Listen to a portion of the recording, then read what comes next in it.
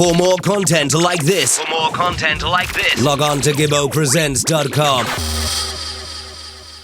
It's Gibbo, and right now I'm once again joined by a talented young singer, songwriter, and musician. It is Keznamdi. Keznamdi, how are you?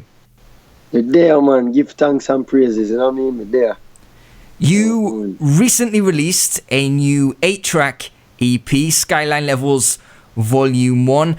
Am I right you chose this title for a couple of reasons? Yes, definitely. Couple reasons, you know. The first and foremost reason is this is where I grew up, you know. I grew up right at the outskirts of Kingston, right in a parish of St. Andrew, in the hills and valleys, as you can see.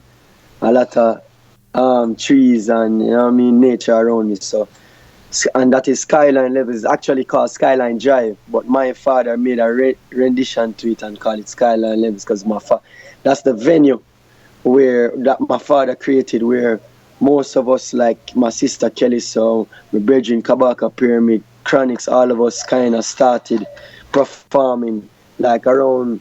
Even Skyline Levels is one of the venues amongst, like, say, the Wiki Wakis and the Jamnesias, and these were all like very small places where young artists could go and perform, you know what I mean? So that is and then also beyond where I grew up and beyond the name of the studio, which is Skyline, Skyline Levels is also a concept, you know. Is a concept of always, you know, just seeing things from a bird's eye view. You know, a lot of times people zoom in to their life, and when you zoom in sometimes too much, things get complicated, you know. Just like when you use a microscope and you zoom in on a cell, you can see how complicated it is, yet when you zoom out you realize how simple it is. So it's more about just kind of seeing things in layers and in context, and also being free from all limitations and all insecurities and anything that really just hold you back. So it's just like being in a skyline level, you know. Yeah. And you recorded all of the tracks at your home studio? Which is called Skyline, yeah. All of the tracks were recorded right here at home, you know. So, yeah. How long has your home studio been in operation for? When did you set it up? Well, it's my father's studio, you know what I mean? And growing up, you know, like, daddy always building, you know what I mean? He literally build the house block by block, cement by cement with his own hands, you know what I mean? So the studio was always moving because we were always expanding, not only expanding because we were always expanding in numbers, you know. My father had 5 children, you know, so he always had to be expanding to meet the needs of all of us as little youths growing up. So the studio was always there, but it was always moving. So one time it was in a room downstairs, you know what I mean? And now it's over at Skyline Levels where the venue is right now. So since me a little youth, man, my father built this studio, man. And it's always been a dream of ours, and me get of age now where I just carry on the legacy, you know, and the works of my father started. Are you able to get in a different mood? Are you more relaxed when recording in your own studio? Definitely so, you know, like, to be honest, you know, me as a youth, you know, I'm a creative youth. I can create anyway. You know what I mean? It doesn't matter really, you know. But, you know, I'm someone who prefers to kind of just go within myself and record without anybody around me, you know, because, you know, like when you're recording and you're talking about feelings and emotions, sometimes you go into a very vulnerable place and space, you know what I mean, where you're trying out new things and, you know, you don't want nobody really to hear that, you know what I mean, because it's very vulnerable. So being in your own space and knowing your mic and knowing your board, and it's way more comfortable and natural, you know. So naturally it is more nice to be recording in my own. But sometimes, you know, sometimes I ain't gonna lie, sometimes recording up here can sometimes we need a break from that too. You know what I mean? Sometime we need for just go somewhere in England, far up in the hills, and go try out a new place, a new space. And to be honest too, a lot of these ideas that I create, they don't happen in the studio. You know, the studio is just more the tedious and the technical part of things for me, like to just get the recording done. But I'm not someone who likes to write and make ideas in the studio. I like to create right here. This is right at my front door, and I like to look out and write my songs with my little guitar right here. And then we'll go into the studio and kind of flesh out the idea. You produced 6 of the 8 tracks on the EP yourself and played instruments on many of the tracks too, I believe. Which instruments did you play and on which tracks? All right, let me see if I can remember this now. All right, because a lot of stuff. All right, so I played on a majority of them, as you say. You know, I played for So Right. I remember playing the guitar. You know what I mean? I also played some percussion on it. For the most part, majority of them I played the guitar because that's my instrument. You know what I mean? And a lot of times I would have a bass line that I play, and then I kind of call a professional now to kind of take that idea that I have created and make it that so much more better with the knowledge of that person. Because I believe in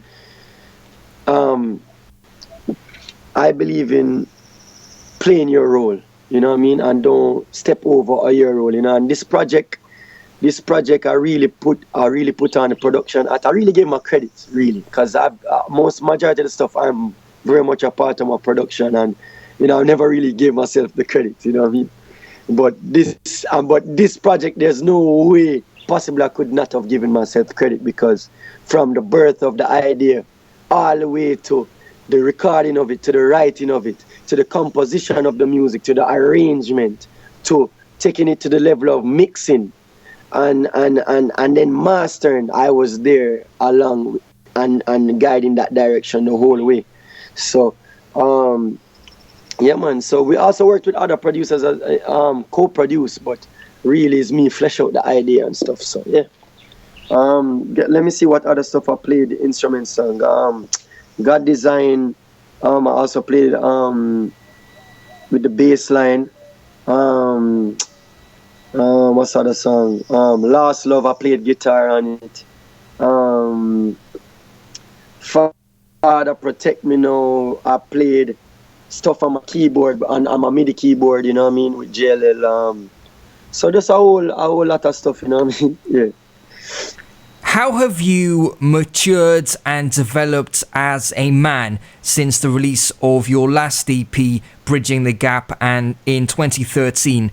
And are these changes reflected in the music included on Skyline Levels Volume 1?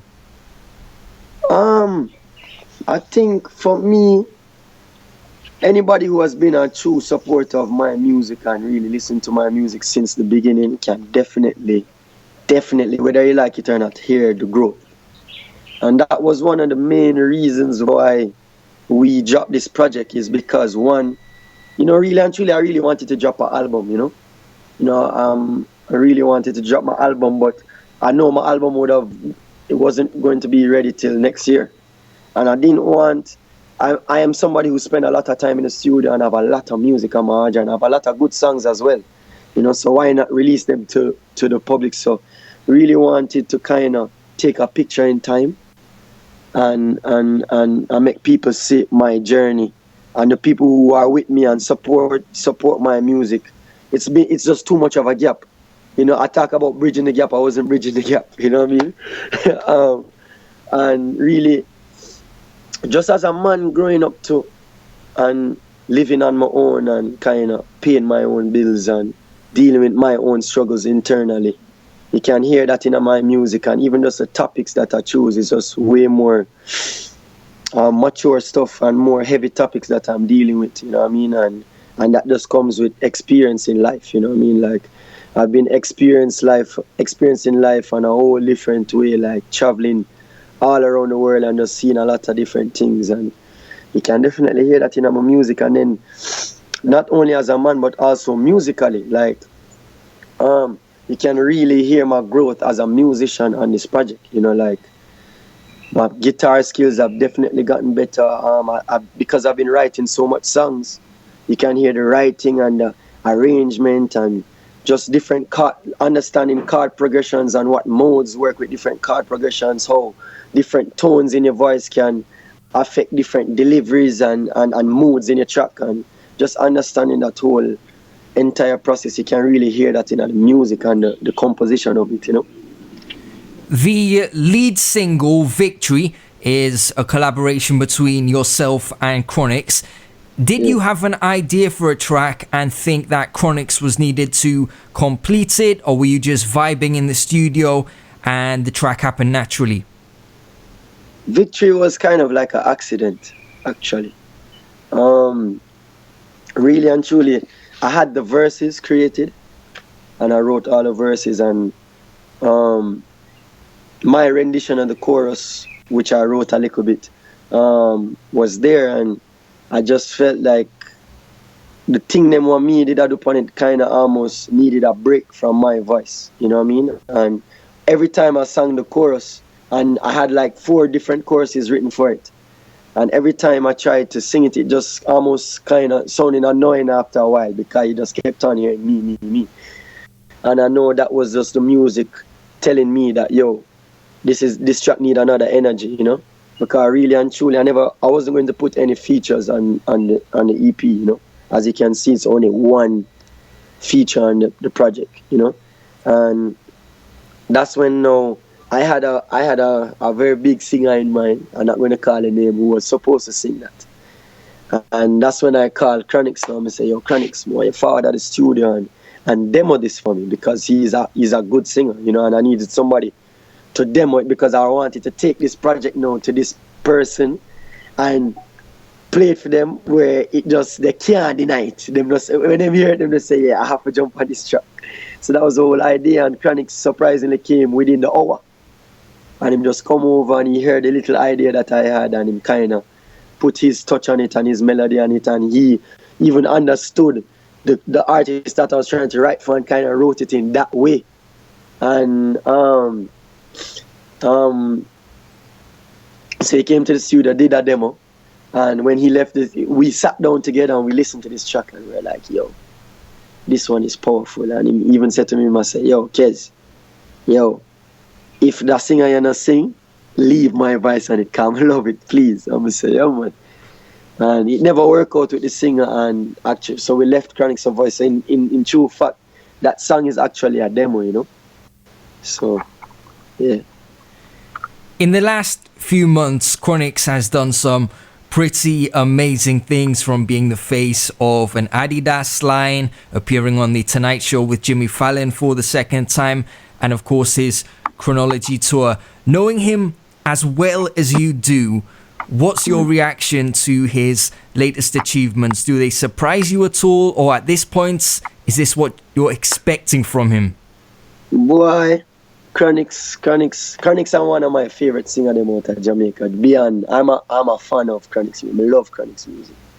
And you know, just to see where that youth take reggae music, and him and him little old team, you know what I mean, just go kick down Babylon door them, and to see that is just such an inspiring thing, you know what I mean. More time when the tunnel get dark, I'm there on Chronixx and I hear certain things where I'm achieve, it just keep me energized, and I say, boy, well, you know, my brother do this with such a small team, it just keep gassing on my vehicle, you know what I mean. And to see what them man there do, selling out arenas and theaters, and as you say, going on Jimmy Kimmel, and all these brands linking him and want to associate themselves, it's a very inspiring thing. And it just always remind me, you know, one thing what Chronixx do. Chronixx not really too business about people. One thing what me know about that youth there, he not too business about people. Him the fame thing, you know what I mean. And he's very confident in what he does, and that's what and him not really take opinions from people that much, or make it affect him that much. And that's what it really does for me. Say, yo, you see, if you believe in a thing, You know what I mean? And you know, say your music good, and what you're doing is uplifting and inspiring.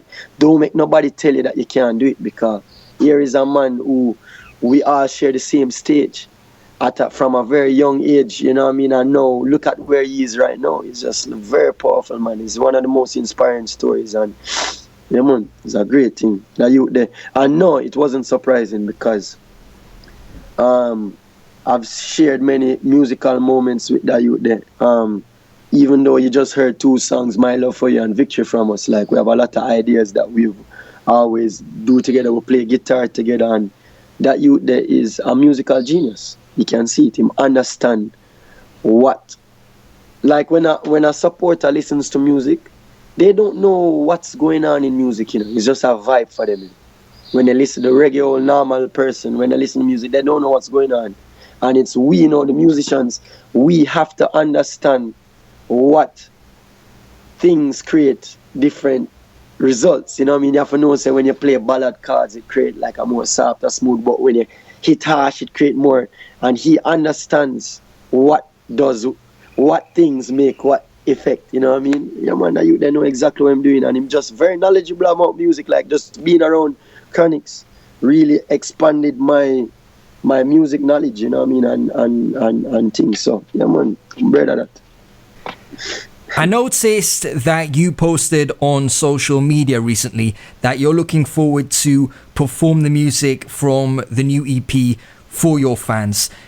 Can you describe the experience of performing a song in front of an audience for the first time, and what do you get out of this as an artist?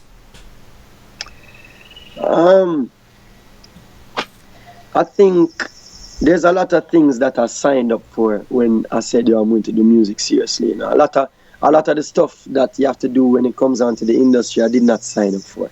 You know what I mean? But when it comes on to the music aspect of things and like creating music, I really love that, and performing is one of them. You know, I really enjoy performing, and when I make music, I always think of the end result, which is on stage. You know, and performing the songs to the people for the first time sometimes can be very nerve-wracking, because you don't want to mess up. You want to make sure, say, you give this song the right respect and the right platform that it needs, which is delivering it to the people the right way. But beyond that, performing for the people is like a relationship in a car. These are now the people who are listening to your music every day, and then when they come to your show and they want to hear it live, and it's like almost like an intimate thing. It's like your girl, you know, you're like this crowd audience is like a girl. You have to say the right things.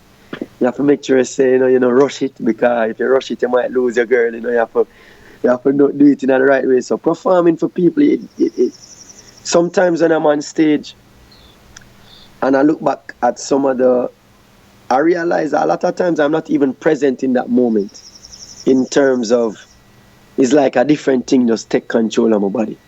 You know what I mean? Because truly, Keznamdi is really a shy person. I don't really like to go into crowds. I don't really like to, me is more of a youth where just like to just stay within myself more time amongst my brethren. I don't really like for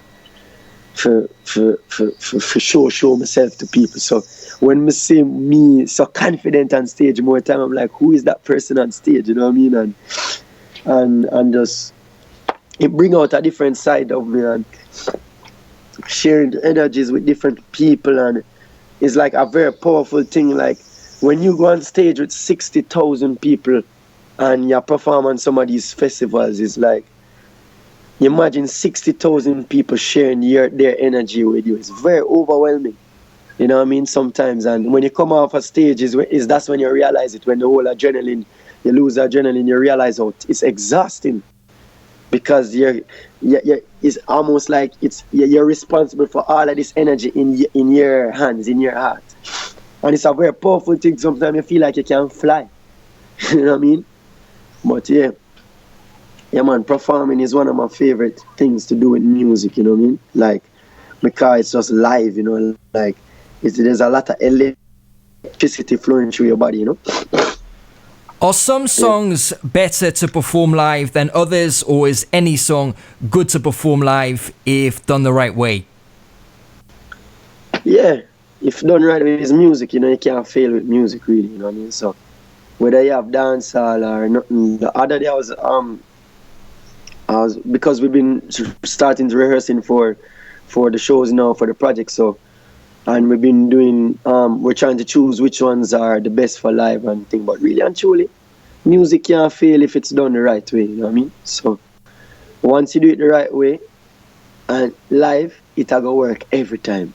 It's like science, you know, just like gravity. When you drop something, it's going to fall and hit the earth's ground.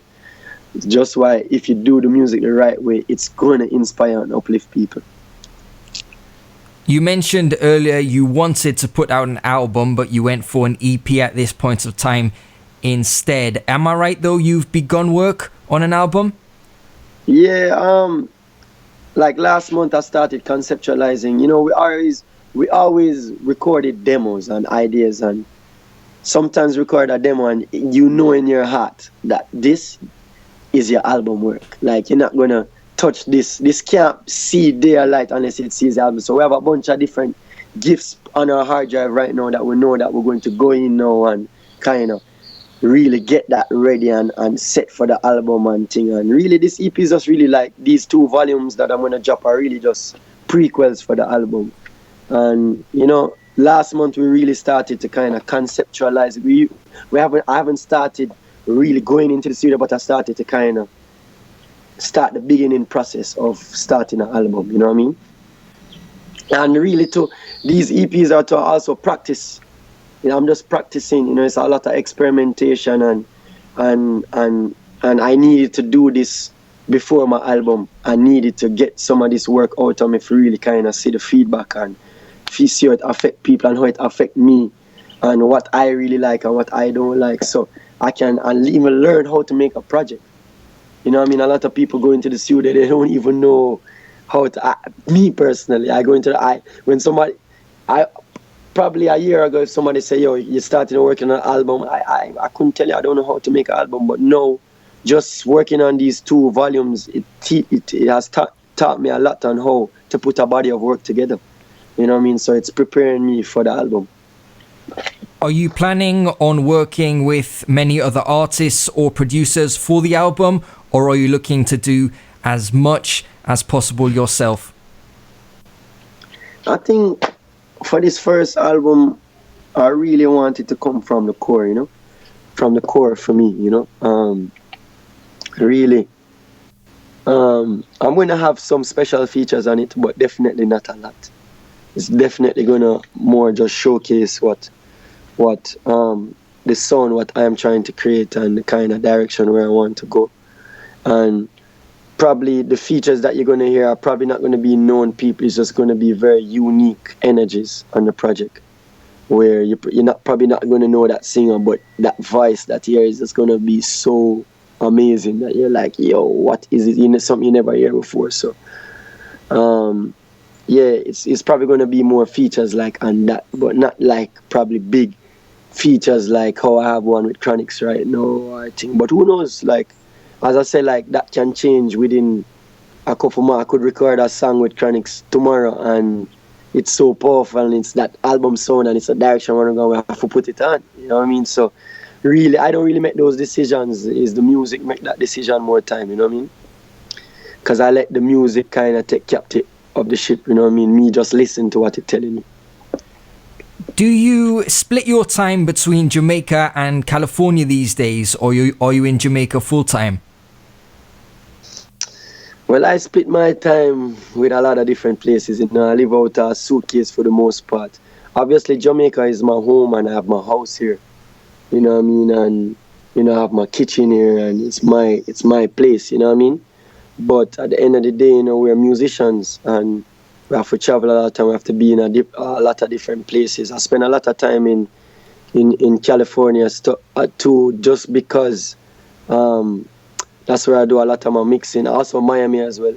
That's where I do a lot of my mixing and mastering and lots of just the finessing and the finishing of my work. So because of that, and it's not there for any particular reason. It's just that I went to school there, and when I went to school there, I've built up a lot of networks over there. So it's just easier when I'm over there, when I'm making my music. I know I can just pick up the phone and book that studio because that studio know me, and I'm just used to over there. So a lot of times we just choose there. You know, we've been spending a lot of time in New York lately because my mom has been over there, and New York is a great music scene for recording. Like, you know, a lot of the times, you know, Jamaica really don't have some of the equipment and some of the technology what you need for really finish your work. So a lot of times we create the ideas here, but we have to go abroad for kind of just finish it and create that finesse where, you know, because end of the day, I'm not just making music for Jamaicans, you know. I'm making music for an international space. So we have to ensure that the standard is on that it's at that standard where someone in Ghana can still appreciate the sonics of the music, yet when you go to Australia, they can still understand it and relate to it. You know what I mean? Yeah. And also, the funny thing is, I really want to go to England because I know England, they're analog. They have a lot of analog studios over there and a lot of the analog sound stuff, which I'm going to be dipping into, exploring a lot more of that for my album. So definitely I'm probably going to be spending a lot of time in England. So as I said before, it's just the music what kind of direct my direction, because I have to go anywhere the music. If the music I say analog, I have to go with the analog. If the music I say such form, I have to go with that day. Yeah. Lastly, before we finish, is there anything else you would like to mention or anyone that you'd like to big up?